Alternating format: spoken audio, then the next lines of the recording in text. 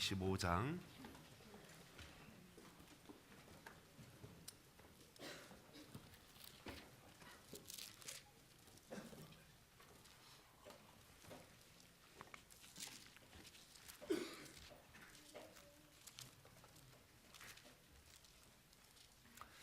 마태복음 25장 1절에서부터 13절까지 말씀 보도록 하겠습니다. 그때 천국은 마치 등을 들고 신랑을 맞으러 나간 10처녀와 같다 하리니 그 중에 5은 미련하고 5은 슬기 있는 자라. 미련한 자들은 등을 가지되 기름을 가지지 아니하고 슬기 있는 자들은 그릇에 기름을 담아 등과 함께 가져갔더니 신랑이 더디 오므로 다 졸며 잘세. 밤중에 소리가 나되 보라 신랑이로다 맞으러 나오라 하매 이에 그 처녀들이 다 일어나 등을 준비할세. 미련한 자들이 슬기 있는 자들에게 이르되 우리 등불이 꺼져가니 너희 기름을 좀 나눠달라 하거늘 슬기 있는 자들이 대답하여 이르되 우리와 너희가 쓰기에 다 부족할까 하노니 차라리 파는 자들에게 가서 너희 쓸 것을 사라 하니 그들이 사러 간 사이에 신랑이 옷으로 준비하였던 자들을 함께 혼인잔치에 들어가고 문은 닫힌지라. 그 후에 남은 처녀들이 와서 이르되 주여 주여 우리에게 열어주소서. 대답하여 이르되 진실로 너희에게 이르노니 내가 너희를 알지 못하노라 하였노라. 그런즉 깨어 있으라. 너희는 그날과 그때를 알지 못하느니라. 아멘. 기도하고 말씀 나누겠습니다. 하나님 아버지 감사합니다. 오늘 거룩한 주일 저희들이 주 앞에 나와서 찬양과 영광을 돌리게 하여 주신 것 감사합니다. 예배를 받으시는 아버지요, 저희들의 예배를 통하여 하나님 영광 받으시고 특별히 부족한 종이 말씀을 들고 섰는데 이 말씀 통하여 은혜 받는 귀한 시간 되게 하여 주옵소서. 예수님 이름으로 기도하옵나이다. 아멘. 오늘 본문의 말씀은 10처녀 비유로 널리 알려진 말씀입니다. 아마 교회를 좀 다니신 분들은 이 10처녀 비유의 설교를 누구나 한 번쯤은 들어보셨을 것입니다. 다 아는 내용이지만 내용을 간단하게 요약하여 설명하면 신랑을 맞이하는 10처녀가 신랑이 밤이 늦도록 오지 않으니까 졸며 잤다고 성경을 기록하고 있습니다. 그 중에 5처녀는 슬기로운 처녀여서 기름과 등잔을 준비했지만 미련한 처녀는 기름을 준비하지 못하고 등만 준비했습니다. 밤늦게 신랑이 올 때 졸며 자던 이 10처녀들이 일어나서 신랑 맞이하기 위하여 등잔에 불을 켜는데 미련한 여자의 등잔불은 켜지지 않았습니다. 그래서 지혜로운 여자에게 친구에게 말합니다. 우리 기름 좀 빌려달라. 그랬더니 우리가 쓰기에 같이 나눠 쓰기에 좀 부족하니까 가게 가서 사오는 것이 어떻겠느냐 해서 그 밤에 가서 가게에서 기름을 사왔는데 이미 혼인잔치의 문은 닫혔더라 하는 이야기입니다. 저는 이 이야기를 읽을 때마다 마음속에 좀 의문이 생겨요. 몇 가지 의문이 생기는데, 첫째, 결혼에 대한 이야기인데 신부가 등장하지 않아요. 예? 결혼의 꽃이 누구예요? 신부입니다. 그런데 신부가 등장하지 않는 혼인잔치의 비유예요. 10처녀 비유예요. 이 10처녀는 신부는 아닙니다. 신부의 들러리들입니다. 제가 우리나라 결혼 예식과 좀 달리 팔레스타인, 특히 예수님 당시의 결혼 예식이 어떠했냐 하는 것은 정확하게 알 수는 없지만 제가 이 중동 지역에 여행을 하면서 결혼 예식을 몇 번 참관해 보니까 우리나라 결혼 예식하고는 좀 달라요. 우리나라는 결혼 예식이 길어야 1시간 안에 다 끝납니다. 요즘 바쁜 세상이니까 30분 안에 끝내더라고요. 그런데 중동 지역의 결혼식은 며칠을 합니다. 아마도 예수님 당시의 결혼 예식은 먼저 낮에는 신랑 집에서 결혼 예식 잔치를 합니다. 신랑 손님들을 맞이해서 막 잔치를 하고 저녁 늦게까지 밤늦게까지 춤을 추면서 잔치를 합니다. 그리고 신랑이 그 잔치가 다 끝난 다음에 밤에 신부 집에 와서 밤에 또 신부 집에서 잔치를 벌립니다. 그런 상황적 배경을 우리가 좀 생각하고 이 본문을 읽어야 될 것 같습니다. 무엇보다도 신부가 등장하지 않는 거 보니까 이 결혼 예식에 예수님께서 열처녀 비유를 통하여 결혼 예식의 디테일한 설명을 우리에게 하려고 하는 것 같아 보이지는 않습니다. 그리고 두 번째로 제가 의문을 가진 것은 지혜로운 처녀들이 지혜는 있는지 몰라도 좀 야박하다 하는 생각을 하게 됩니다. 들러리가 10명인데 친구들 아니겠어요? 전부 다 신부의 친구들인데 5 처녀가 기름을 준비하지 못했어요. 그래서 지혜로운 처녀에게, 기름 준비한 처녀에게 우리 좀 나눠 쓰자 그랬더니, 저 같으면, 저는 마음이 착하니까 저 같으면 아마 그럴 거예요. 야, 내 뭐 당장 뭐 어떻게 될지 모르지만 일단은 나눠 쓰고 보자 하고 저 같으면 나누어 주었을 거예요. 그런데 여기 지혜로운 처녀는 야박하기 짝이 없어. 우리 나눠 쓰기 부족하니까 가게 가서 사와라. 여러분, 예수님 당시에 24시간 오픈하는 가게가 있었을까요? 24시간 오픈하는 가게는 요즘 생겼어요. 더군다나 한밤중에 가게가 열리는 곳은 우리나라하고 일본 이외에 다른 나라는 다 문 닫습니다. 예수님 당시에 가게가 얼마나 있었을까, 마켓이 얼마나 있었을까 생각하면 없었을 것 같아요. 제가 필리핀에 가보니까 시골 마을에 가서 보니까요, 구멍가게, 진짜 구멍가게예요. 그냥 집인데 구멍 조그맣게 내고 집안에 물건 약간 넣고 파는 거예요. 그런 가게가 있어요. 예수님 당시 2000년 전, 예수님 당시에 상거래가 얼마나 활발했는지 모르지만, 뭐 물론 여기 비유에 가게 가서 사오라 하는 거 보니까 가게가 있기는 있었던 것 같아요. 그런데 그 가게가 전기불도 없는데 기름 낭비해가면서 불 켜가지고 밤에 오는 손님들 맞이하려고 그랬을까요? 그러지 않았을 거예요. 분명히 다급한 이 미련한 처녀들이 가서 막 문을 두드리고 주인을 깨우고 난리 쳐서 겨우 잠자던 주인이 일어나서 기름을 아마 줬을 것 같습니다. 그러니 그 밤에 기름 사라는 것은 어찌 보면 말이 안 되는 얘기예요. 예? 그래서 저는 이 기름에 대한 강조가 아닌 것 같다는 생각이 듭니다. 제가 이 설교를 준비하면서 목사님들이 이 설교, 열처녀의 비유에 대한 설교를 하신 내용들을 한 20-30개를 제가 훑어보았습니다. 훑어보았더니 거의 뭐 한 명도 예외 없이 동일하게 설교하시는데, 말세에 되면은 예수님 맞을 준비를 하기 위해서 지혜로운 처녀처럼 기름을 준비해야 된다. 기름을 준비하지 않으면 예수님 부지불식간에 신랑이 오실 때 신랑을 맞이할 수 없다. 말세가 돼서 교회를 다닌다고 해서 다가 아니다. 기름이 뭐냐? 기름. 성경에 보니까 성령의 기름 부으심이란 말이 있으니까 이 기름은 성령을 말한다.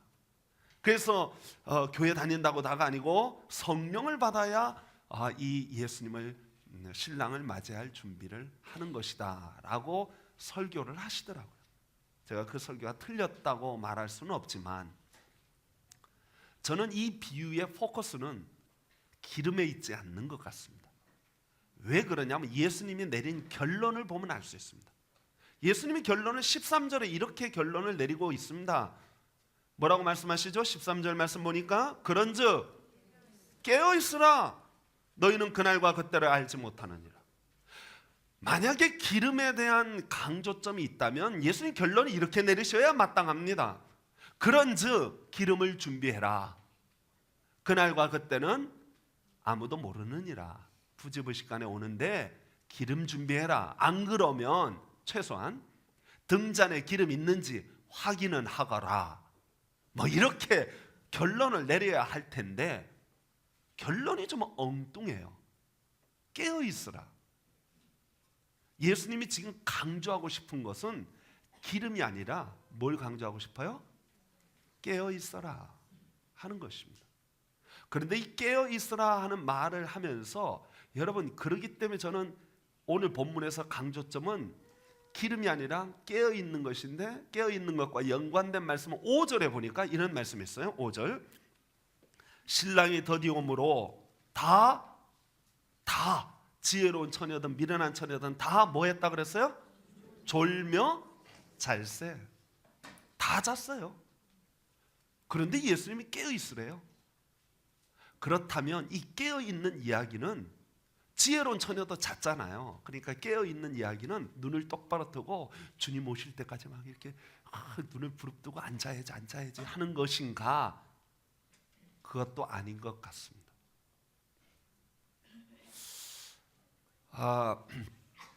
오늘날 이 시대에 종말론에 대한 강조가 좀 많아요. 말세에 대한 강조를 하고, 말세가 되면은 깨어서 정신을 똑바로 차리고 예수님 오실 준비를 해야 된다. 그래서 말세에 대한 관심을 가지고 어떤 사람들은 적그리스도 666, 14만 4천 명, 아마겟돈 전쟁 막 이런 이야기들을 강조하여 이야기하는 것을 보게 됩니다. 그런데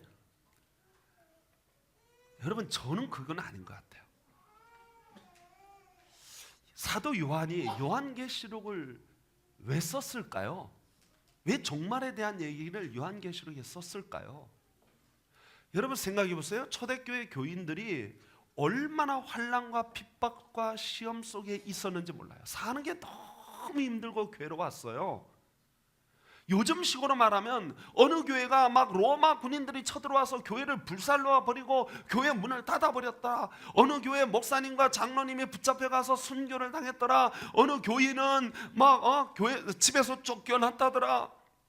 환난과 핍박의 소리들이 막 들려오고 사는 게 너무 힘든 거예요. 너무 괴로운 거예요. 그런 괴롭고 힘든 초대교회 성도들에게 사도 요한이 요한계시록을 쓰면서, 야, 적그리스도가 나타나 666과 14만 4천 명 안에 안 들면 안 돼 막 그러면서 공포심을, 두려움을 막 심어 넣어 주려고 그랬을까요? 안 그래도 힘들어 죽겠는데? 절대로 그런 것 아닙니다.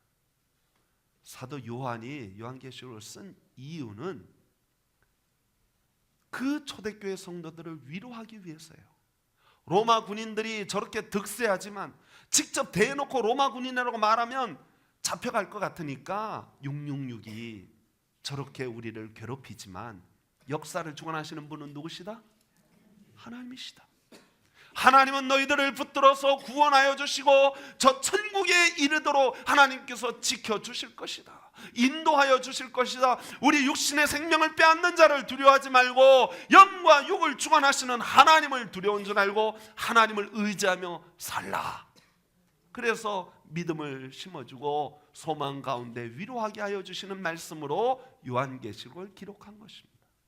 그러니까 말세를 준비하는 사람은 말세 예수님 언제 오실까? 예수님 오시는데 어떡하지? 뭐 적그리스도가 나타난데 어떡하지? 이런 생각을 하라는 것이 아닙니다. 좀 더 쉽게 설명하면, 우리가 살면서 어떤 분은 그런 생각하는 분들이 계실지 모르겠어요. 맨날 죽을 것만 생각하는 분들. 나는 언젠가 죽을 텐데, 난 죽을 거야, 난 죽을 텐데 어떡하지? 그 생각을 하며 사는 사람은 정상인가요? 제가 보기에는 비정상 같아 보여요. 살 걸 생각해야지.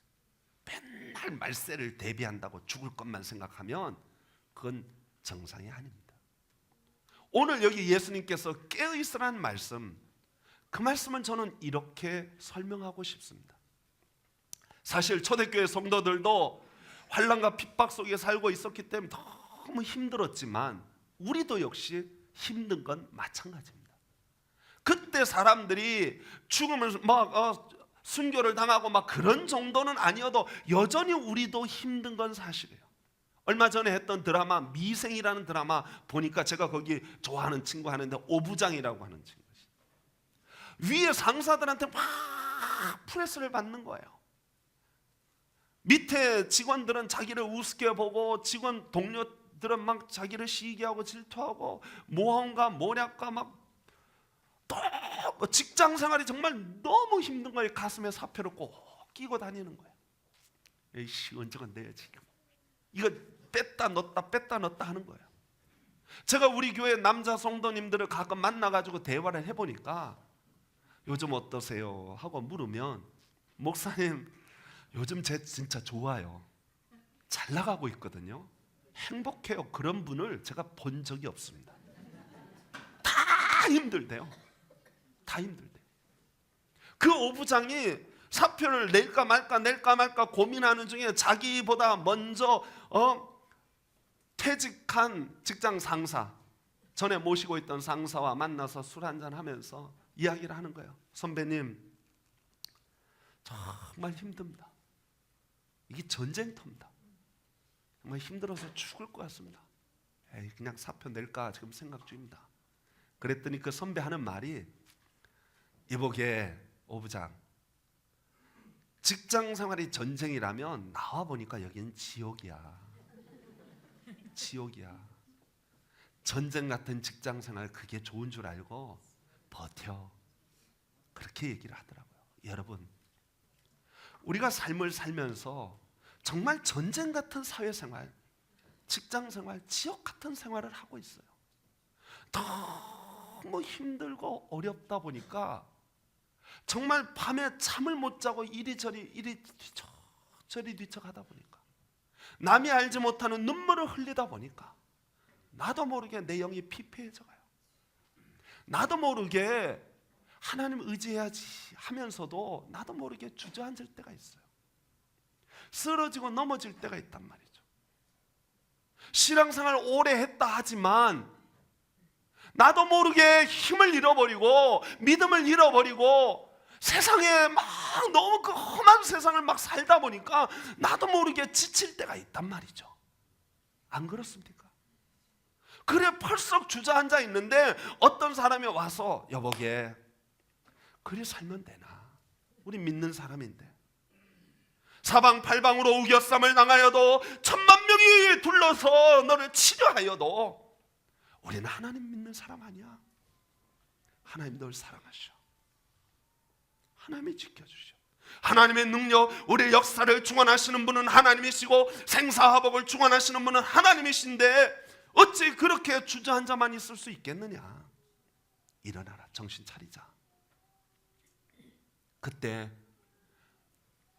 맞아, 내가 이리 주저앉아 있을 수는 없지 하고 깨우는 거예요. 영적으로 깨는 거예요. 정신을 차리는 거예요. 그리고 벌떡 일어서서 주님이 나와 함께 하시면 사망의 음침한 골짜기를 갈지라도 해받음을 두려워하지 않을 것을 하면서 나아가는 사람, 그 사람이 바로 영적으로 깨어 있는 것입니다. 제가 요즘 읽고 있는 책 중에 헨리 나우엔이라는 분이 쓴 책이 있어요. 1987년도 당시에 쓴 일기장입니다. 헨리 나우엔이 쓴 일기장이에요. 굉장히 훌륭한 분이고 성직자고 설교를 아주 기가 막히게 잘하시는 분입니다. 그분이 쓴 일기장에 이렇게 짤막한 글이 하나 있더라고요. 내가 얼마나 쉽게 마음의 평화를 잃게 되는지 깨닫게 되면 실망할 수밖에 없다. 자기는 하나님을 의지하여 살 자신이 있다고 생각했어요. 언제나 하나님과 동행하는 삶을 산다고 생각했어요. 그분은 뛰어난 영성가입니다. 그러니 자기는 하나님을 의지하여 살 수 있다고 생각했는데 어느 순간 아주 자그마한 사건이 생겼을 때, 아니 그 작은 사건 때문에 내 마음이 요동을 치더라는 거예요. 마음의 평화를 잃어버리고 괴로워하고 힘들어하고, 누가 내 뒤에서 나쁜 말을 할 때 막 괴롭더라는 거예요. 예? 하나님 생각해야 되는데 내 자존심을 먼저 생각하더라는 거예요. 그러면서 내가 이렇게 연약하구나. 그 일기장을 제가 읽으면서 저 자신을 돌이켜봤어요. 전 목사입니다. 저는 여러분들에게 늘 그런 말을 합니다. 하나님 의지하여 사십시오. 하나님 중심의 삶을 사십시오. 아무리 힘들고 어려워도 힘들고 어려울수록 더욱더 무릎 꿇고 기도하며 사십시오. 우리가 의지할 분은 하나님이십니다. 하나님의 말씀에 힘이 있고 하나님의 말씀에 능이 있고 권세가 있기에 우리는 하나님 말씀 의지하여 살아야 합니다. 우리가 가야 할 곳은 저 천국이고 역사를 주관하시는 분은 하나님이시오니 하나님 의지하여 나가야죠. 그렇게 저는 늘 설교를 합니다. 그런데 저 자신을 돌이켜보니까 설교는 그렇게 하는데 헨리 나우엔처럼 아주 자그마한 사건만 생겨도 마음의 평화를 잃어버리는 거예요. 밤새 잠을 못 자는 거예요. 들이죠. 어떻게 할까? 이렇게 할까? 저렇게 할까? 고민하는 거예요. 하나님 앞에 매달리기보다는 인간적인 방법을 먼저 생각하게 되고, 네? 고민하고 걱정하더라고요. 여러분, 우리가 다 이와 같아요. 연약해요. 부족해요. 사람이라는 것이 믿음으로 산다고 말은 하지만 우리는 졸며 잘 때가 너무 많아요. 쓰러질 때가 너무 많다고요. 특별히 이 험악한 말세 지마를 살아가는 우리로서는 목사든 평신도든 누구든 다 이렇게 졸며 자는 경우가 많다는 것입니다.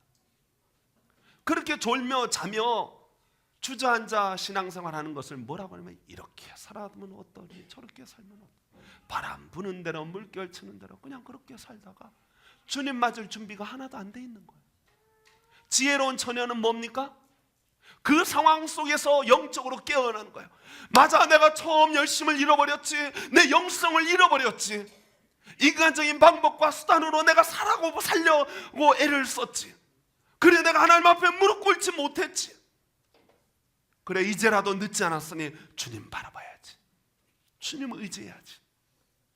그리고 정신을 똑바로 차리고 깨어서 주님을 바라보는 거예요. 만왕의 왕이시오 만주의 주이신 주님을 바라보는 거예요. 주님은 능력의 주님이시고 주님은 우리에게 말씀하여 주시기를 내가 세상 끝날까지 너희와 항상 함께하리라 말씀하셨고, 내가 널 사랑한다 고백하시는 그 주님,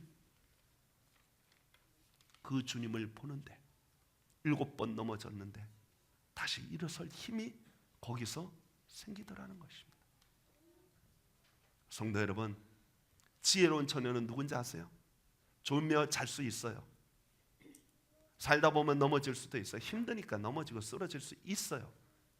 그러나 지혜로운 처녀는 깨어나는 겁니다. 영적으로 깨어나는 거예요. 내가 지금 이 상황에서, 이런 형편에서 내가 그냥 주저앉아 있을 수는 없지. 주님 바라봐야지. 아니 그래, 하나님 뜻에 부합하게 살아야지. 하나님께 영광 돌면서 살아야지. 하나님이 나와 함께 하신다는 이 믿음 가지고 살아야지. 여러분, 힘들기 때문에 일해야 됩니다. 어렵기 때문에, 너무 괴롭기 때문에, 너무 어렵고 힘들고 피곤하고 지쳤기 때문에 우리는 주님을 바라봐야 합니다. 영적으로 깨어야 합니다. 성도 여러분, 우리 서북의 성도 여러분, 영적으로 깨어나기를 소망합니다. 하나님 앞에 무릎 꿇기를 소망합니다. 힘들고 어려운 때일수록 다시금 초심으로 돌아가서 세상의 모든 방법들 다 내려놓고 주님 앞에 진정으로 무릎 꿇는 사람, 그 사람이 오실 주님을 맞이할 수 있는 사람이고 지혜로운 사람이에요. 성도 여러분, 그런 사람이 바로 승리자가 될 것입니다. 저는 우리 서북교회 성도들이 각기 개인의 환경과 형편은 너무 어렵고 힘들겠지만, 그렇지만 우리에게 답은 한 가지입니다. 주님 바라보고 우리의 영을 다시 깨워서 순수한 믿음으로 다시금 서서 모든 상황과 형편을 보고 믿음으로 살아가는 그 사람이 바로 승리자요, 바로 성공자요, 하나님이 함께 하시는 사람이요, 종말을 준비하는 사람이요, 지혜로운 사람이요, 그 사람이 바로 우리 서북의 성도들 되어지기를 간절히 축원합니다. 기도하겠습니다. 하나님 아버지 감사합니다.